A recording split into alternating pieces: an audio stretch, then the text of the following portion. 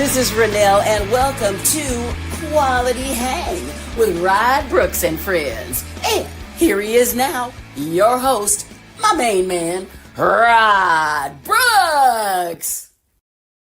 Thank you very much, Renelle. I am Rod Brooks, and welcome everyone to Quality Hang. Happy Friday to all of you. It's going to be a good show because my dog just came upstairs.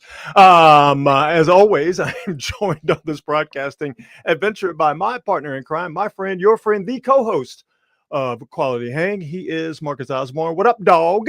What's happening, man? Just shoveling a bunch of ramen into my mouth before the light comes on. we were just having a very deep conversation about ramen and the cuisine of the two areas that we are from and we currently live in. We're both kids from the South, from Houston and Arkansas and New Orleans and the surrounding environments down there, and then moving here to the Bay Area. And yeah, man, we lucked out when it came to food. Wildly different cuisine. There's no doubt about that. Yeah. But putting the differences aside, you can't beat New Orleans food, Southern food, barbecue, all that kind of stuff, and then what we get out here in the Bay. No, man, not even close. I will fight anybody who thinks differently. I was telling Marcus that I randomly stumbled onto a ramen place in the city in San Francisco a couple of weeks ago, and I am not exaggerating. I have thought about this place every day since then, and I cannot wait to go to work on Sunday to go do the pre and post game show on NBC Sports Bay Area, and before I do Sports Sunday on NBC Bay Area, I am going to go to that ramen place, and I am going to absolutely destroy it. Dude, there's nothing like discovering a place. Yeah, man. Feels good, don't it? Randomly finding a place. So it is the best. It's just like you said, it's all you do is think about getting back there again. And that's all I thought about, man. Was it a dream? Was it real? But yeah, exactly, right? I have to make sure, like, this place wasn't a figment of my imagination. Yes, sir. Yes, sir. It is a free-for-all Friday, and the title speaks for itself.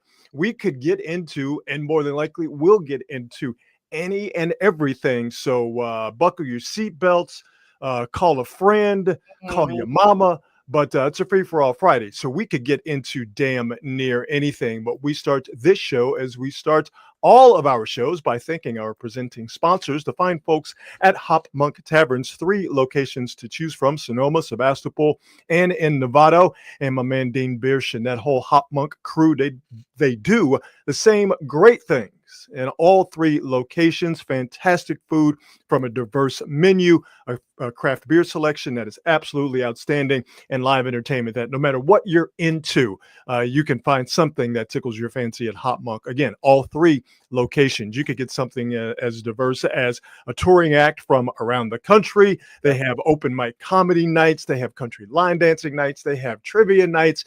Whatever you're into, you can find it at Hop Monk. So check them out online at hopmonk.com, and definitely follow them on all of the socials. Marcus, Hey, I know my homegirl Miko Marks is a country singer, and she's playing Hop Monk.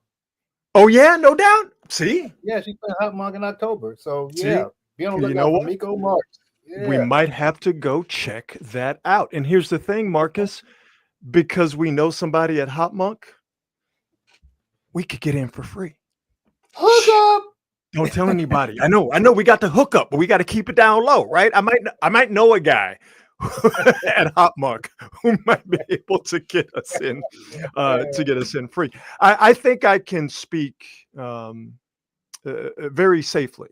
I can speak for the majority of people watching. It's thank God it's Friday, because it has been quite the long and exhausting week. And part of the reason it has been a long and exhausting week is that it has been exhausting keeping up with the Niner injury situation. So we started the week literally on Sunday in Seattle with the Niners losing George Kittle to a hamstring injury.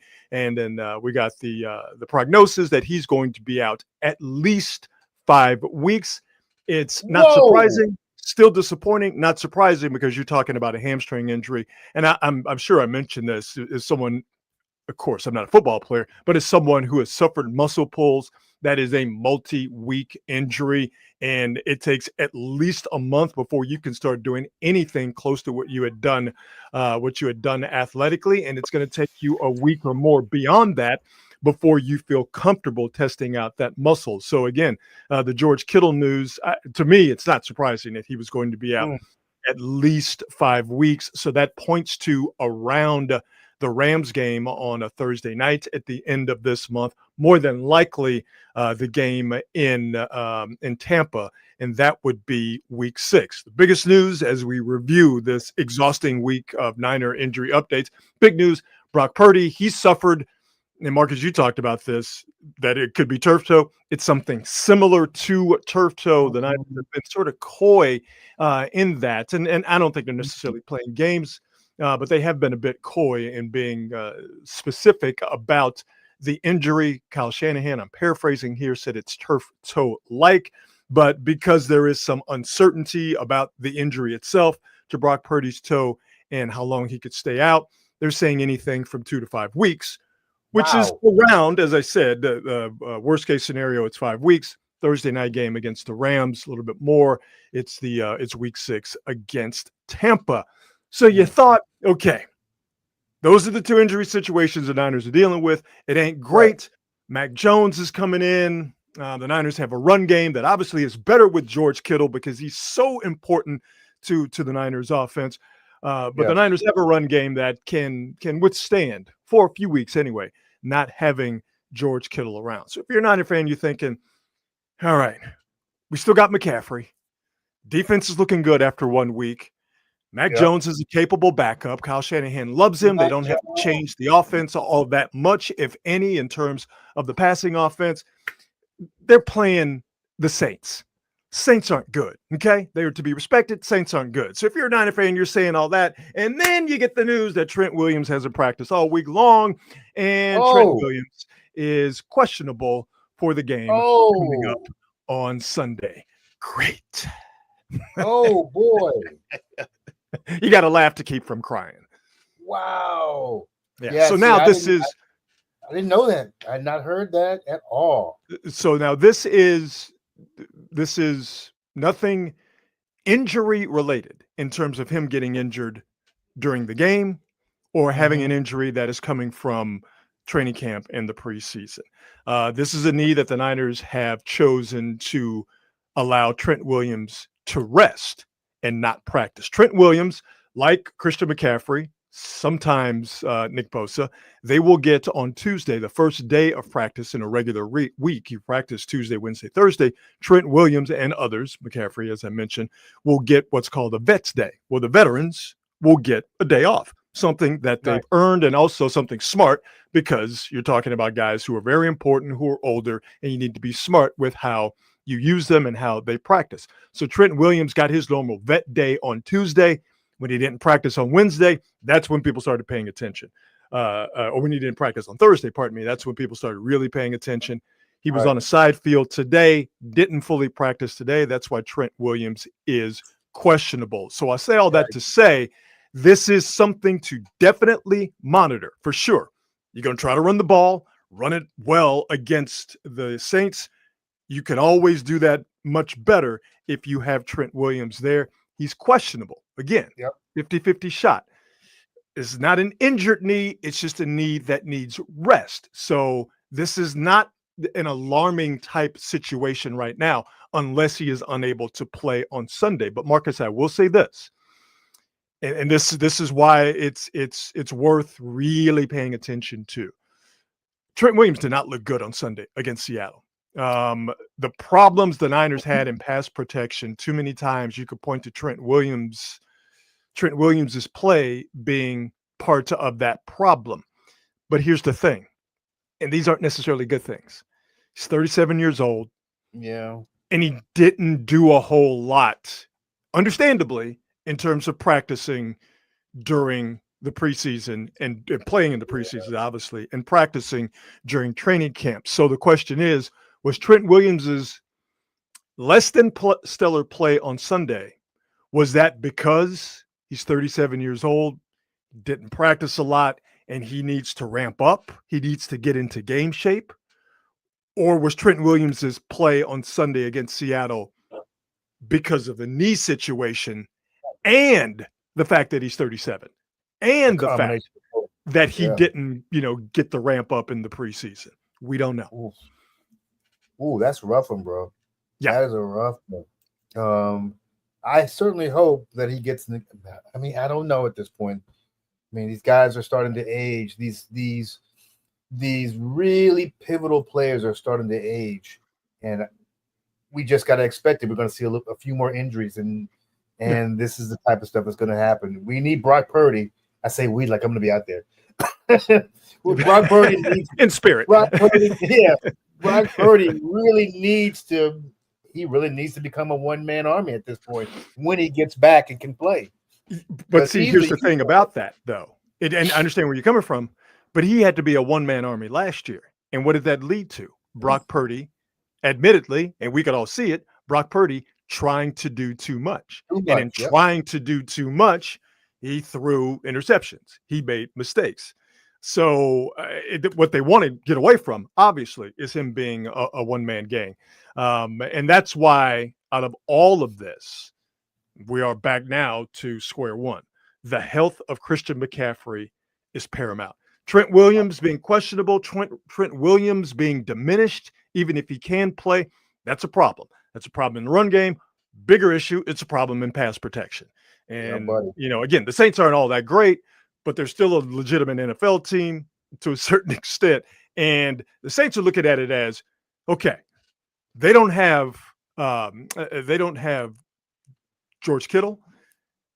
Trent Williams may or may not be there, and he's not looking like Trent Williams. The Saints are looking at Trent Williams' possible absence and going, okay, we can make something happen here. Yeah. And so or even not having him. Even suspecting that he may be diminished. They may just roll up his side. Exactly. So as important as George Kittle is, as important as Brock Purdy is, this is the situation here that, in my estimation, needs to be paid attention to and needs to be monitored. And, of course, we will continue to do that. There is some good news, however. Jawan Jennings was able to practice today, and he is expected to play and fill his usual role on Sunday in New Orleans. So that is your Niners update. Let me get to a Giants update because that's on and popping right now. And before I let you know what's happening at the corner of 3rd and King, the past is prologue, and it's good news as far as the Giants tracking down the Mets for that 3rd wild card spot. Nice. So before today's game, the Mets got swept by the Phillies.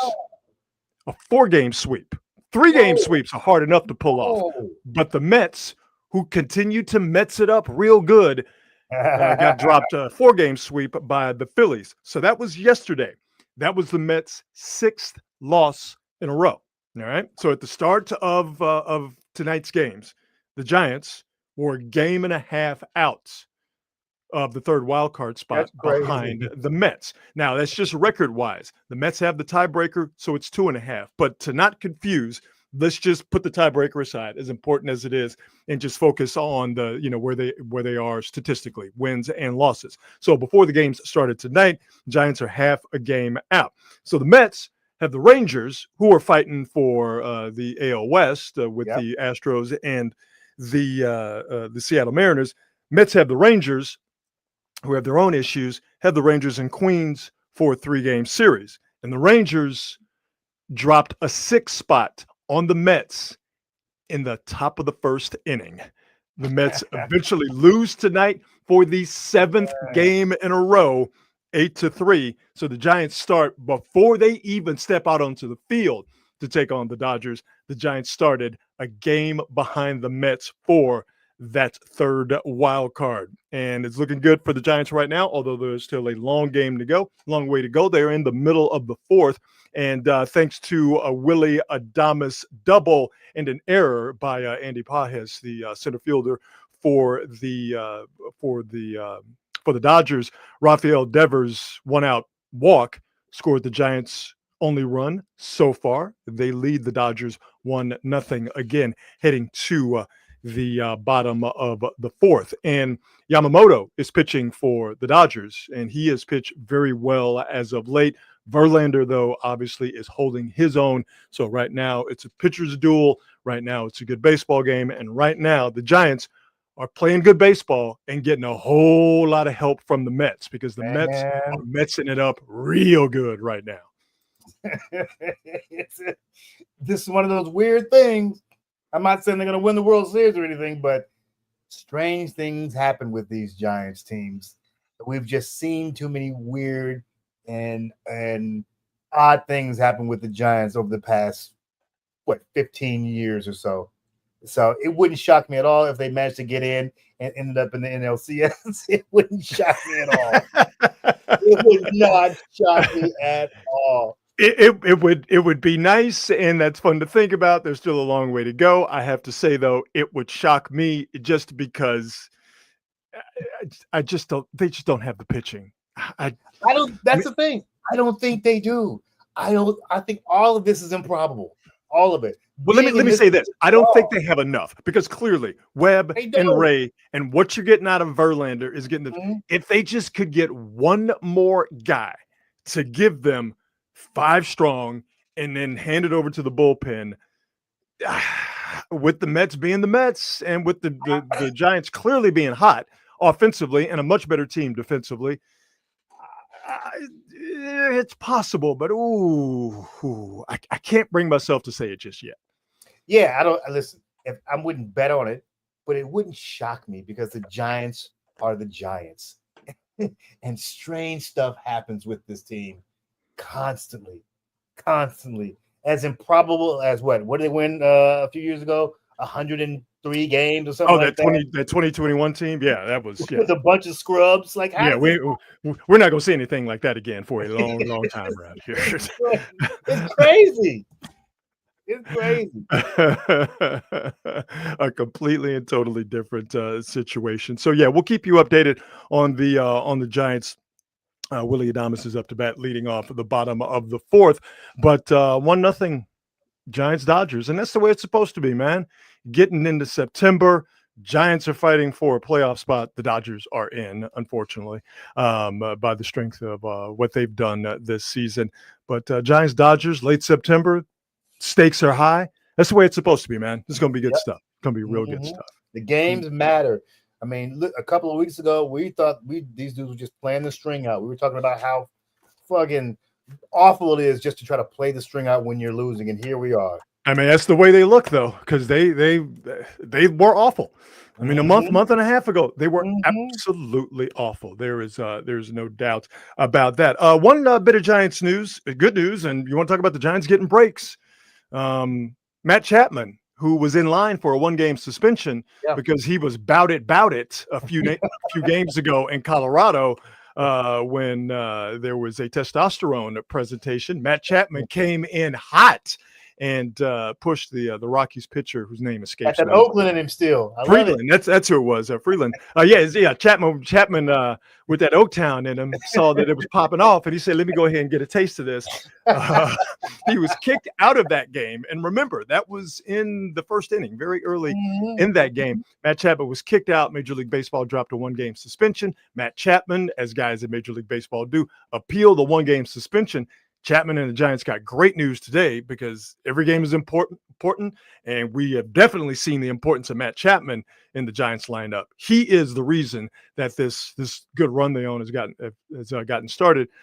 Major League Baseball took away the suspension. They rescinded the suspension, and the fine that Chapman paid for getting thrown out is the only punishment. That issue is as dead as Napoleon. So the Giants are going to have Matt Chapman for the duration of the season. They don't have to worry about that 1-game suspension. So again, good news for the Giants. Is there any truth that Chapman may be getting a 1-game suspension for sexual contact with that rookie? for choking out Drew Gibson. I think Major League Baseball is looking at that and they're just going, you know what, we're not even going to get involved in that. That's some freaky deaky stuff between Matt Chapman, Drew Gilbert, and the Giants. Major League Baseball is like, we're gonna let y'all figure that out on your own. We're just not gonna get it. Am I crazy? Wasn't Chapman there with Bob Melvin at the A's? Yeah, he did. So I bet you that helps a lot. Yeah. Bet you that helps a lot. For sure. So there's your Giants update. If it is necessary for me to give any unauthorized play-by-play, best believe I will do it. I don't need the express written consent of Major League Baseball. And if Major League Baseball feel like they want to get froggy, then jump. Yeah. Come get at me. Come see me, Rob. Come see me. We'll and take publicity. Don't right, yeah. Don't send your lawyers, okay? Don't send your peoples. Yeah. If you have a problem with this unauthorized play-by-play that I may end up doing, I may not end up doing. But if you got a problem with it, Rob Manfred, be a man and come see me. Come talk to me. Don't send your lawyers. Get boxed up, Rod. Don't get boxed up, Mr. Manfred. Don't make me bring my buddy Matt Chapman, who will bring the ruckus. All right, if he sees it, you know that Matt Chapman is bout it, and rowdy. All right, so keep your head on. Let me shout out Naomi, who is in NOLA. Noemi. NOLA. What's happening? She's in New Orleans, and she is probably about to get herself an etouffee enema at this very point in time. Have some beignets for us. Speaking of fighting, are you down with the big fight this weekend, man? I haven't gotten into anything boxing related in a long time, but we got a good one coming up tomorrow. It's not even pay-per-view. It's on Netflix. Canelo and Bud Crawford gonna drop them dukes tomorrow night, man. I'm pretty excited about this. I am actually very much into this. I was once a gigantic boxing nerd. Not nearly as much now because I never got into the UFC like other people did. But boxing, it's not my type of hype. Boxing is my jam, and I'm most interested in seeing how Canelo does because he ain't no spring chicken, and the name still carries weight. Yeah. But this will be interesting because if this dude can pull this off. Well, I mean, it'll be. I have to look at the numbers. I'm pretty sure this will be considered a big upset. And listen, Crawford ain't no chump. No. But what you mentioned though, Mark, is that Canelo isn't a spring chicken. No. Neither is Crawford. Crawford's gonna be 38. True. And I'm not going to sit here and sound like I'm a boxing expert. I looked all of this up, just thinking about the fight and watching it. And I didn't know this. I thought Crawford was a young cat. Crawford's going to be 38 in a couple of weeks, and he's jumped up 2 weight classes. This is a super middleweight fight. Canelo's belts are on the line. I'll move this graphic here so you can see all the numbers here. But Canelo, obviously a sterling record, 63-2-2. Yeah, an absolute legend. And the boxing I do know is I know when Canelo hits you, you get hit and you stay hit. Okay, Mans packs a punch. And he will drop you, as you see in the bottom corner of this graphic. 39 knockouts, and Crawford 41-0. They say he's a southpaw, but he can go both ways. Pause. And he's knocked out a few guys in his day too. So again, I'm not going to sit here and be a boxing expert. However, older guy. Jumping up in weight class, couple of spots, jumping up in weight class against the guy who's established in that class. And he is a very powerful puncher, even though Crawford's hard to hit. They say styles make fights. I think still stylistically, he tried to say, this is going to be a good fight. But you got an older guy jumping up 2 weight classes. I don't know. Canelo's not young. And he's been through a bunch of shit. Been through a lot. So I just feel like getting into the ring with a guy who's essentially had 20 fewer fights, which is saying a lot.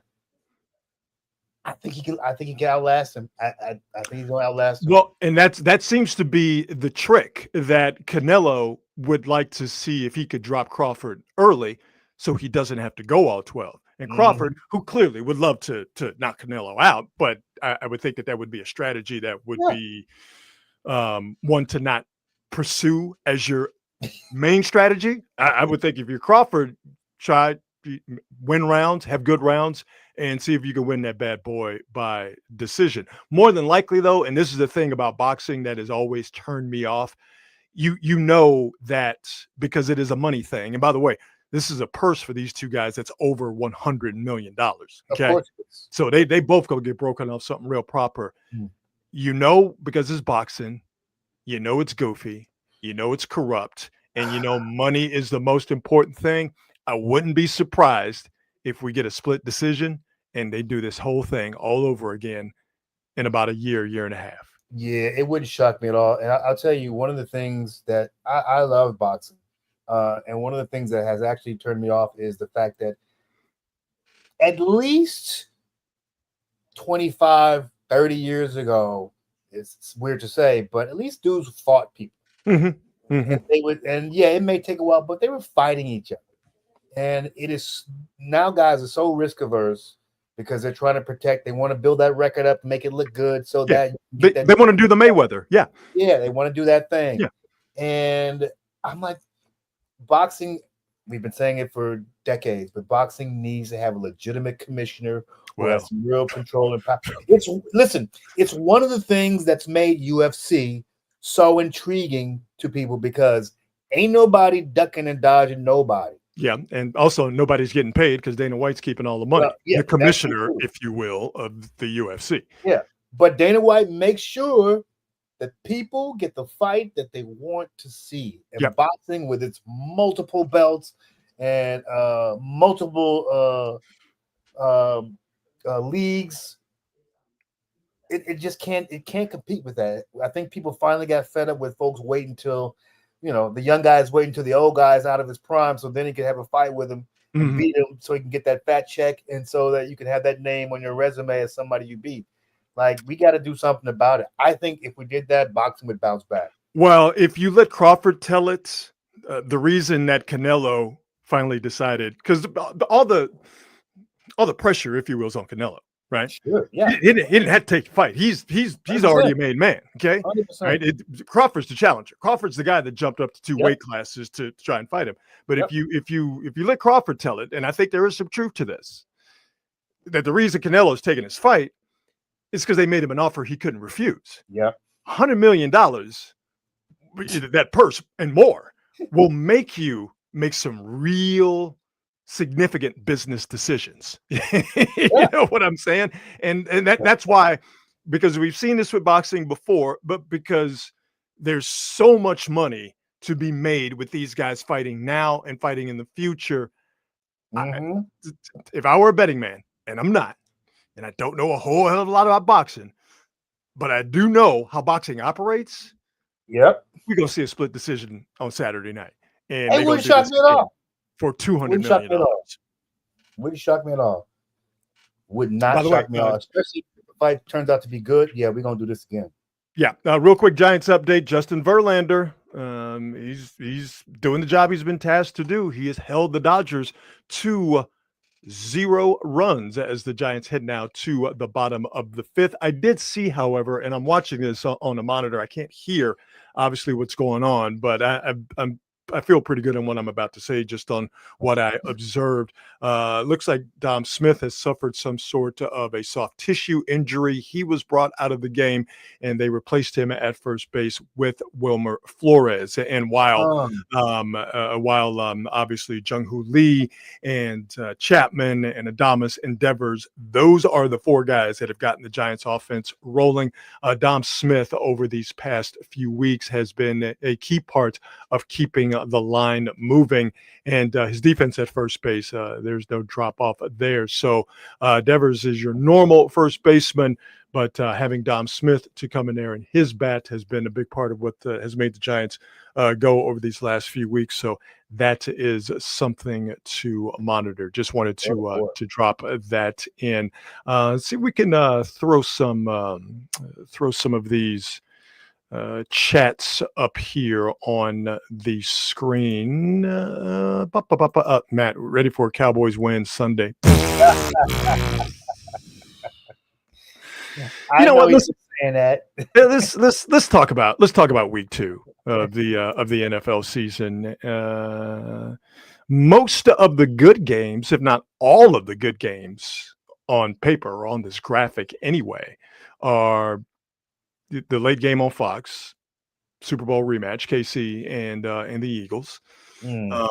Big game for the Chiefs. It's early in the season, and 17-game season. Going 0-2 is not the death sentence it used to be when it was a 16-game season. Yeah. But people are feeling like that KC is trending downward. Worthy's not going to be there because of the friendly fire that he took from Travis Kelce in the Chiefs' first game down in Brazil. The Eagles flying high, pardon the pun. So KC and the Eagles, that's the best out of the Sunday games. Falcons and the Vikings Sunday night game. Monday night slate's going to be real nice. Got ourselves a doubleheader. The gritty gutty Houston Texans going against the Tampa Bay Bucks, and then Marcus's Oakland Raiders in the LA Chargers. Harbaugh and Pete Carroll getting back together for they love each other for the What's Your Deal Bowl. What's your deal? What's your deal? Just two children back when they were coaching at USC and Stanford. What's your deal? What's your deal? That's funny. So those seem to be the best games, but obviously on an NFL Sunday, you could never tell just by looking at the matchups what's going to be the best game or not. But those night games and Chiefs, Eagles, like I said, on paper or on graphic, look to be the best games. As far as the Cowboys, I mean, they are playing the Giants, so maybe the Cowboys will get their first win on Sunday. Yeah, or maybe they won't. Hopefully they won't. Maybe they won't. Hey, if you're Russell Wilson, you don't have to worry about Michael Parsons breaking you in half. So this could be your day to ingratiate yourself to the New York Giants. I tell you what, that Baltimore-Cleveland game should be interesting just because Cleveland decided to run their mouth about your boy Derrick Henry. So I saw that, man. Grant Delpit from LSU, and you know what? We're not necessarily an academic institution. Let me say that. I don't know why Grant Delpit decided to say something as unintelligent as, and I'm going to paraphrase it here, but tackling Derrick Henry is not that hard, bruh. Dog, come on, man. What? It's possibly one of the most dangerous things you can do on this planet. I think in terms of dangerous jobs, there's window washer, coal miner, merchant marine, and a defensive back having to play against Derrick Henry on any given Sunday, Monday, or Thursday. What you mean it ain't that hard to tackle Derrick Henry? Stop smoking weed, boy. Yeah, because now he's going to look for you. He's looking for you, bro.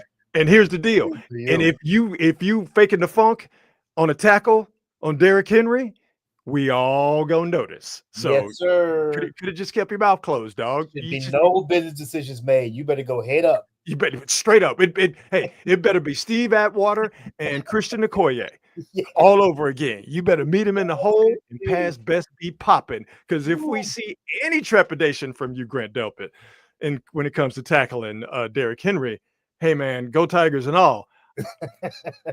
You gonna get roasted, and I'm gonna be the leader of the charge because you didn't have to say none of that. Hey, brother. Family gives it to your best. Could have kept it to yourself, man. absolutely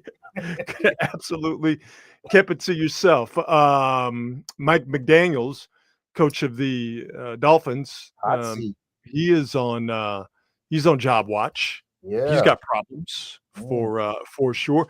Colts and Broncos That might be a sneaky good game. And Seahawks and Steelers, that could be a sneaky good game too. The Seahawks Steelers game, I think, would probably be interesting. Yeah.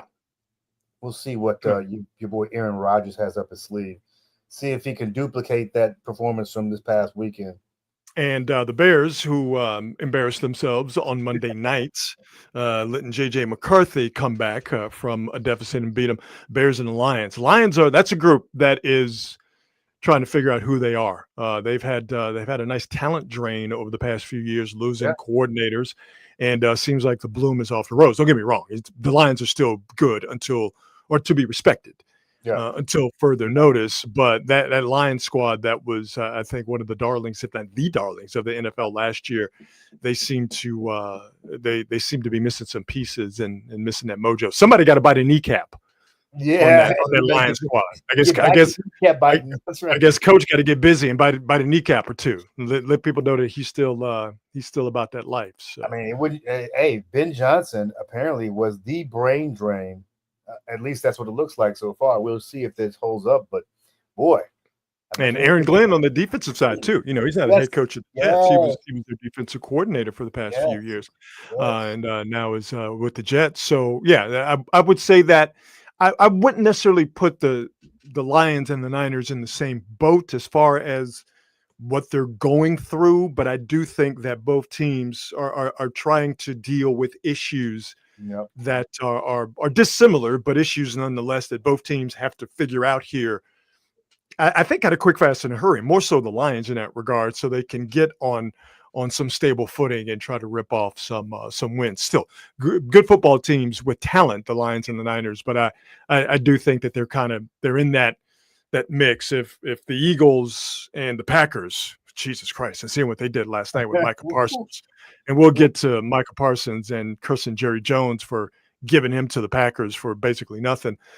If the Packers and the Eagles are the upper echelon, you throw the Niners and the Lions in there with the Rams, who may, and you might even say that the Rams are a little bit ahead of the Niners and the Packers. I know. Yeah, they're healthy. For now, as long as Matt Stafford is upright, that Lions squad is good. And I think Minnesota is in that group with the Niners and the Lions in terms of good football teams that are going to be heard from, as far as the playoffs in the NFC are concerned. But they still have some things that they need to clean up before you start talking about them as total locks. Justin Verlander has thrown 76 pitches of scoreless baseball. Giants still up 1-0 in the top of the sixth. 1 out. Freddie Freeman at bat. Giants-Dodgers 3-game series at the corner of third and King as it stands right now, with the Mets losing their 7th game in a row, the beginning of a 3-game series against the Rangers. The Giants are now record-wise 1 game behind the Mets for the 3rd and final wild card spot. Verlander may be able to pull something out of the hat. He's been here before. He's been through these wars. I mean, he may be able to pull some out at the end of the year and really get people excited.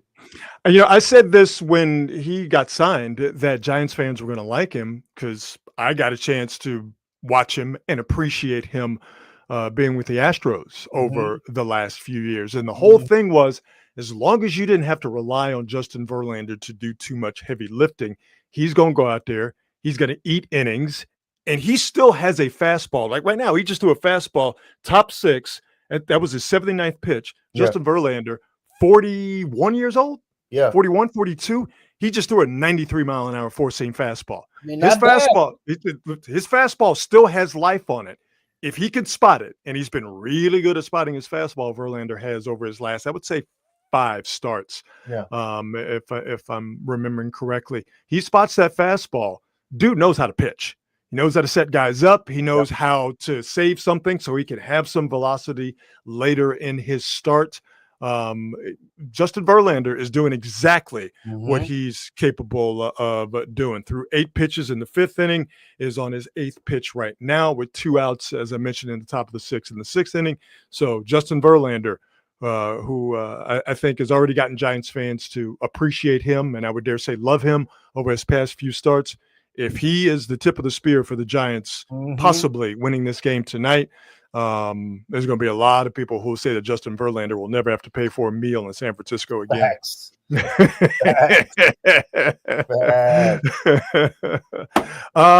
Let's get to some silly stuff, shall we? On this Free for All Friday, let's truth in advertising. It's what we must do. It's part of the show now where we highlight something that will make you do what Shannon Sharp did as he was walking through an airport with a small dog strapped to his chest. And he said to someone who was surreptitiously filming him, he said, "Bro, really? We will show you something that will give you the exact same response that Shannon Sharp had." Mentioned the Vikings-Bears game from a few days ago. A comeback, and I don't know if it was an improbable comeback, but I would say that it was, even though they're playing the Bears, and the Bears, like the NFC version of the Browns, the Bears be Baron, that for J.J. McCarthy on the road in the Monday night game where the Bears seemingly were comfortable, for him to engineer a comeback and for the Vikings to win was a somewhat improbable comeback. I think it's fair to say.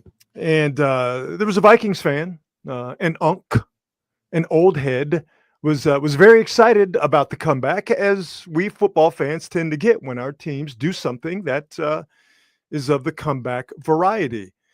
But I think you will all agree with me when you see this video that Unc might have been wilding just a little bit. Just a little bit. We hungry! We hungry, nephew! We hungry! I said we hungry! Oh. I said we... I don't. I said we hungry, nephew! Okay. We hungry! Oh boy. Oh boy. Hungry, nephew! Okay. Ooh, boy. And by the way, he said, "We hungry, nephew." Not horny. Not horny. Yes, I could see the quizzical look in your face, Marcus, and I could feel the quizzical looks from all of the fine viewers of Quality Hang. You were wondering if Unc was feeling a little was feeling some sexual healing with that Vikings improbable comeback. No, he was saying, "We hungry, nephew." Yeah. I don't understand why being hungry means you have to pump the air. I don't know. Okay. Maybe some questions are better left unanswered. Yeah, he but just want to show he still got it. But did he really have to show us after a football game? And Yeah, please. I said we hungry, nephew! Oh, We hungry! see, Yeah, I told please, you. bro. you would see this video and you would have the exact same reaction as Shannon Sharp did. Yeah. Bro, really? Yeah. Was it that necessary? I hope he's not married. They don't take a blue chew before the game. We need to get Pablo Torre on this. I know he's investigating Steve Ballmer and getting to the bottom of his dastardly financial deeds with But leave Pablo alone. Matter of fact, Pablo might want to get some protection because he out here exposing people. Yeah, man. Listen, but Pablo's gonna need a food taster. That's what he's gonna need. For real. So there you go, bruh. Really, Unc? Did it have to? Was it really that crucial? Was it really that good to you? I guess it was. Maybe I shouldn't. Maybe I shouldn't judge. To each his own. If Drew Gilbert can hump the dugout railing, then Unc can hump the air after J.J. McCarthy. I ain't king shaming. Do what you do, man. So, you know what? Maybe we should get Unc and Drew. Maybe we should get them together. And This maybe we have a little something. Maybe we have a little something. And get Chapman on the neck. Yeah, we got a threesome happening of the most crucial order. Drew Gilbert and Unc making it happen. Let's see here. What do we have? Let's do some on this date here on this Free for All Friday. On this date, September the 12th, a couple of things here, and we'll stay in the music world on this date. As you can tell, I'm vamping here. Let me find it. Did I bring it up? Maybe I didn't bring it up. Give me 1 second here, because I want to start in chronological order. On this date in 1975, here it is. On this date in 1975, Pink Floyd released Wish You Were Here. The album Wish You Were Here, that contained, wait for it, the song Wish You Were Here, Have a Cigar, Welcome to the Machine. I think Shine On You Crazy Diamond is on Wish You Were Here. Iconic album cover you see there. 1975, Pink Floyd. Admittedly, I'm not a massive Pink Floyd fan. I know it. It's never really moved me. But Pink Floyd and their imprint on music is undeniable. I have a theory about Pink Floyd. Ooh, let's hear it. It's a very simple theory. Pink Floyd's success is mostly dictated by the era in which they launched, which was an era of shrooms, acid, and weed. And if you throw on some Floyd and you got any of those substances coursing through your body, everything is it's like a symphony, Rod. It all works out. I would say that it's Pink Floyd's music does lead itself to be enjoyed with, let's say, performance enhancing drugs, sonic performance enhancing, sonic enhancing drugs. Thank you very much. And maybe that's why it's never really done it for me. I mean, Wish You Were Here is a beautiful song. And obviously written out of, heartbreak, losing Syd Barrett. Syd Barrett, losing him. And Roger Waters, he's kind of a weirdo right now. Excellent songwriter. David Gilmour is an unbelievable guitar player. And their music, like I said, I think it stands the test of time, even if it's not my type of hype. And like I said, you cannot deny the effect that Pink Floyd has had on popular music, in this country and in Europe, England to be specific, but Europe, of course, and really worldwide. I don't know why I'm just sticking to English speaking countries worldwide. I don't know why. That it's been undeniable, their impact. So it does lend itself to taking substances to enjoy, but it makes it better. Yeah, Pink Floyd is Pink Floyd. They're pretty damn good.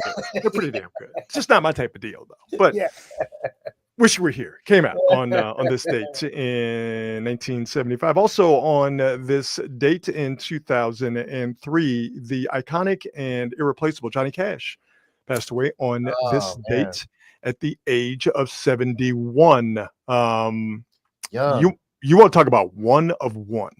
Yep.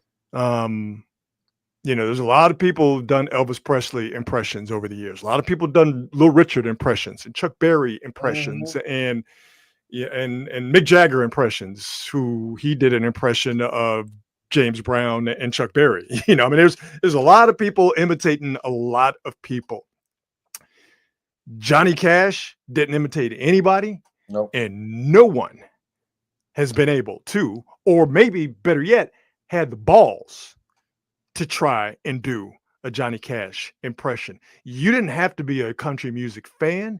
You didn't have to be a fan of Johnny Cash's music to respect Johnny Cash and be down with what he was down with. Johnny Cash was like that. Like, you see a lot of dudes, particularly in country music today, a lot of posers, a lot of wannabe tough guys. Johnny Cash was that dude for real. Johnny Cash was that cat, man. No doubt. Like, he lived that, like, he was legit on that thing. He was for real. You want to talk about a real one? Johnny Cash is a real one. Johnny Cash was a real one. Ain't no doubt. Ain't no doubt about that. Yeah, man. So on this date in 2003, the man in black, the great Johnny Cash, passed away at the age of 71. So there you go on this date. We normally end the show with the worst thing that I've seen today. Well, today I can't get rid of this. Ooh, here we go. Hang on, we'll get it. There we go. Woo! It is a free for all Friday, can't you tell? On this day, though, we're going to do something different because, boy, it's been a week around here, and I saw something this week, video-wise, that it shook me to my core. And since we're family, I feel like that I have to share this video, and I have to talk about this video because I think the only way that we are going to get past what we're going to see here is to talk about it as a family. And I'll get to the best thing that I've seen today, but because it's been a week, I feel compelled to share you the worst thing I've seen this week. Oh, damn it. Oh no, wait a minute. Hang on. I did all that setting it up to that. Oh, darn it. Oh, wait a minute. Hang on. Here we go. Okay, we remove that. All right, the worst thing I've seen this week. Take two.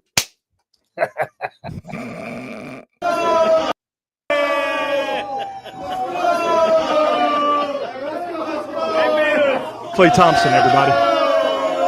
In a seedy pool hall in Nashville, Tennessee. That's Klay, all right. We got to interview the champ. What's next? Hold on, we got to interview the champ, man. I was out here, man. Titan had a loss today. Oh, no, I'm winning life because I'm 1-1 on the billiards table. Damn it, boy! I ain't leaving here with a W. Oh no, sorry, with an L. I'm going home with a W. Klay's been drinking, by the way. Klay has been drinking.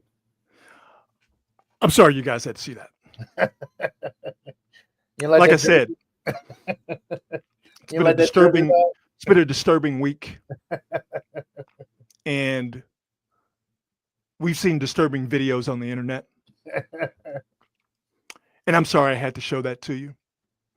Because love Klay Thompson. Okay? All right? It's Klay Thompson, man. Who don't love Klay Thompson? Some people in Oklahoma City who don't much care for him. But by and large, everybody loves Klay Thompson.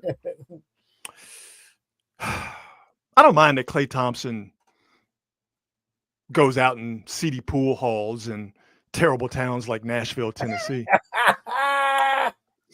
The problem I have with this video and why I felt compelled to show you this video is that Klay Thompson is a Tennessee Titans fan.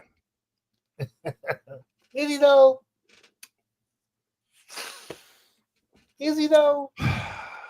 I'm going to go ahead and play the video again for you, Marcus. And listen to the words from the man himself. Champ, who next? Hold on, we got to interview the champ, man. I was out here, man. Titan had a loss today. Oh, no, I'm winning life because I'm 1-1 on the billiards table. Damn it, boy! I ain't leaving here with a W. Oh no, sorry, with an L. I'm going home with a W.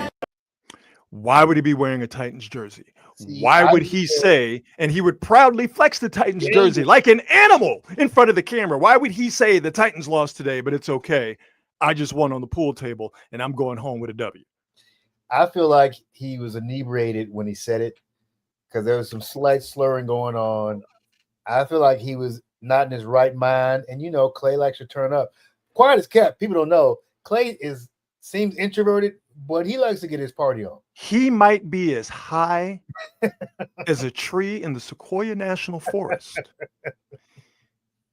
No amount of alcohol and or the stickiest of the icky will make someone put on a Titans jersey and say, we got a loss today. Okay? He's a Titans fan. I noticed I've seen his video now several times. I don't know how that happened. I thought I was immune to being just disappointed and angry, but I'm not. And I know, Marcus, you're quickly going through the 7 stages of grief. And you're at denial now because how could a guy seemingly as fun-going and fun-loving as Klay Thompson debase himself to become a Tennessee Titans fan? I don't get it. And here's the thing. His woman, the official couple of the bond of Quality Hang, Megan Thee Stallion and Clay. Megan Thee is from where? H-Town, Houston, Texas. Where were the Tennessee Titans before they packed up and moved to Tennessee? From Houston. Clay, if you're going to be down with Meg, you can't be rocking that Titans gear, dog. I just don't like. We can't have that. There was never any sign that he was a Titans fan. That's the thing. That's 12 years he was out here. That's the thing. What? That's the thing. Isn't he from Oregon? Yeah, so I'm like, how did any of this happen? I don't think he has a connection with Cam Ward. That's so weird. It's so weird. Klay Thompson, Tennessee Titans fan. That is, without a doubt, and I've seen a lot, it's the worst thing I've seen this week. By the way, speaking of the Tennessee Titans, did you ever see that Aaron McNair, the Steve McNair documentary? No, I didn't see it. Man, it's too sad. I know how the story ends. I know. A real mystery. It's a mystery. Yes. His jump off shot him. Yeah. Did she? It's a real mystery, Rod Brooks. I didn't know that. Yeah, dude. Yeah. Mm-hmm. I thought it was cut and dry that Steve McNair had a woman on the side. She wanted more than Steve was willing to give her, and because there were some unanswered questions, such as you should have to see that. No, just tell them I don't want to watch it. Wait, you know what? I do want to hit one thing because we were talking about this the other day. Absolutely. We were talking about our guy, Commissioner Rob Manfred. Oh, it's Adam Silver. Yes. So he did not do a good job of selling this new media deal because he doesn't have to. He already got the money. Well, here's what I'm saying. The way it came off was like, oh, basically you won't be able to see most of these games because you have to pay for them. Well, come to find out that there are actually 3 times as many games that you can watch for free. So instead of the usual 15 or so games that you can watch over network television, you get 75 now. Between NBC and ABC, 75 games. So there's going to be 75 over the course. Are we including playoff games in there too? Yeah. Okay. All right. 75 because I guess there were like 15 a year over on ABC. Well, now ABC and NBC are broadcasting games over the air and just with an antenna, and the total amount will be up to 75. So that's actually not bad. And I think it's on him to not lead with that. Well, it's just a wild thing for a commissioner to, but the bigger point is, and you're right. Okay, there are more over-the-air free games to watch than in the previous contract. And by the way, paid to be the bearer of bad news, but Justin Verlander did give up a solo home run as they are now in the top of the 7th. The Verlander is at 104 pitches. He gave up a solo home run. The score is tied, and he also just gave up a 2-out double. So Bob might have left him in just a little bit too long, as looks like they're going to get Verlander out of there and get someone in. But back basically to square one. Yeah. 1-1 Giants Dodgers, runners on first and second with 2 outs. Okay. Top of the 7th. Nobody said it was ever going to be easy. Yeah. So here we go. So yeah, there are more games free. Problem is the NBA already has a perception issue that the regular season doesn't matter. Yep. It doesn't matter to the players. And because it doesn't matter to the players, it doesn't matter to the fans, and the league seems to be okay with the regular season not mattering because the playoffs are its showcase, which is true, and they already get the money from the new TV deal. It's wild to hear a commissioner say the quiet part out loud of, well, it doesn't matter whether you watch the regular season games or not. It doesn't matter whether you watch the games. You could just watch the highlights. It's for him to, in essence, devalue the product in real time to your fan base after you already got the money, it's just a wild thing to say in public. And for somebody as supposedly as smart as Adam Silver to say that with almost a sheepish grin on his face is some wild stuff. By the way, fly out to Drew Gilbert. Verlander is able to leave the game in the 7th, but he did give up that solo home run. 1 of 4 Dodger hits,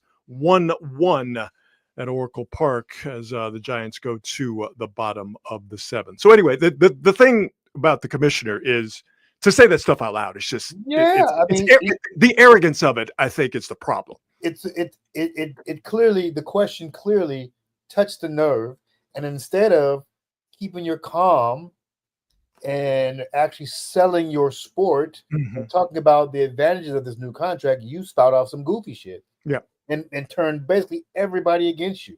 Yeah. Well, I mean, I think it's one of those situations where it doesn't matter. They already got the money.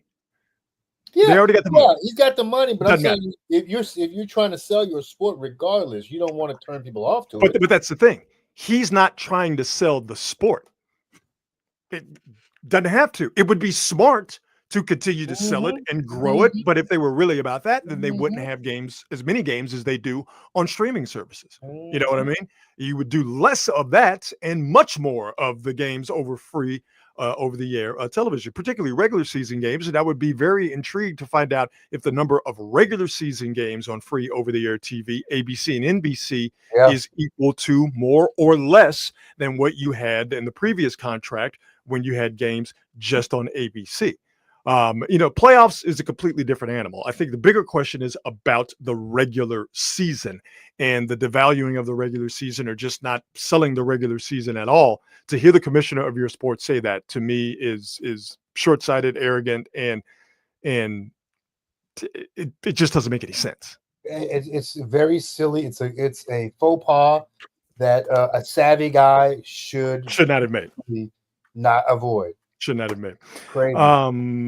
Wrap this bad boy up here. Best thing I saw today is actually from last night, but I saw it this morning, so it still tracks. This is the best thing I saw today. The Green Bay Packers put them things on the Washington Commanders, and there was a collective like Carl Lewis singing the national anthem out of key from fans around the NFL, seeing for the second week in a row that Green Bay defense with Micah Parsons. It is absolutely scary. Micah Parsons had half a sack, 3 quarterback hits. He was an absolute menace and completely and totally dismantled that Commanders passing game last night. So Thursday Night Football, Micah Parsons is on the desk talking to the talking heads on Amazon after the game, and while they were waiting to come back from commercial break, a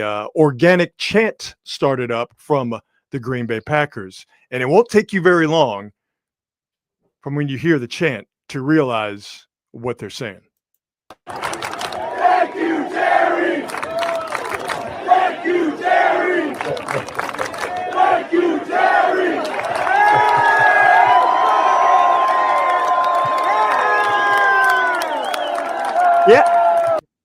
Yeah. Jerry Jones. Don't need that guy. No.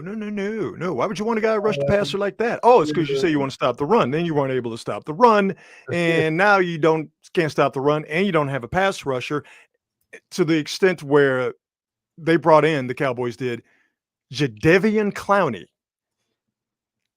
for a tryout. And what did Jadeveon Clowney say to the Cowboys?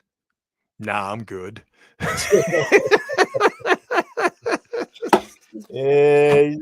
My man's like, what? Nah, I'm cool. So these Packer fans chanting, "Thank you, Jerry," that was the best thing that I saw today. Just what a bozo, for God's sakes! Give an already good football team a generational pass rusher. Nice job. So dumb. That's the best thing I saw today. Oh my God. There you go.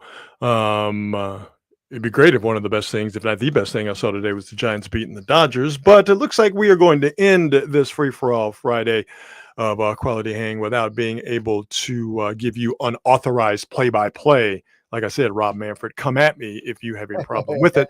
But we will get on out of here because I want to go get some ice cream. But before we do that, Marcus wants to get back to his ramen. Before we do that, we'd like to thank our presenting sponsor, the fine folks at Hot Monk Taverns, 3 locations to choose from: Sonoma, Sebastopol, and in Novato. Make sure you check them out online at hotmonk.com. And to all the quality hangers in the comments, you guys mixing it up on a free-for-all Friday. Absolutely outstanding job as always. Noemi, enjoy yourself in New Orleans. I know we got a couple other people that are there as well. Have yourself a good time. And just a bit of advice from a couple of guys who know how New Orleans can bite you if you're not careful. Yeah, buddy. Yes, indeed. Make sure you just have a hurricane. Okay. Yes. Do not have multiple hurricanes. Okay. Mm-hmm. One hurricane, you're good. Yeah. Multiple hurricanes, you're probably going to be fighting somebody in the streets. Okay. All right. Multiple hurricanes, you won't remember the weekend. You will not remember the weekend whatsoever. Same goes for hand grenades. Okay. Oh my God, dude. Have a hand grenade. Boy, they hand grenades. Hand grenades, the plural. That's a problem. That's a problem. Crazy. All right. So that's one to grow on from your cousins, Rod and Marcus. We're just trying to help you. Okay. Because we've been there before. Yeah, right. These are cautionary tales that we have experience with. Because then, the next thing you know, you're on the corner of Bourbon and Toulouse Street, rapping the entirety of Dope Fiend Beat while people walk past you going, what's wrong with that guy? That's right. It's so easy to get sucked in. So just it's so easy. So easy. Yes, the good old days. Enjoy your weekend, my man. Let's do this again on Monday at 8 o'clock. How about it? All right, everybody. Enjoy your weekend as well. And as always, be good and be good at it. We will see you.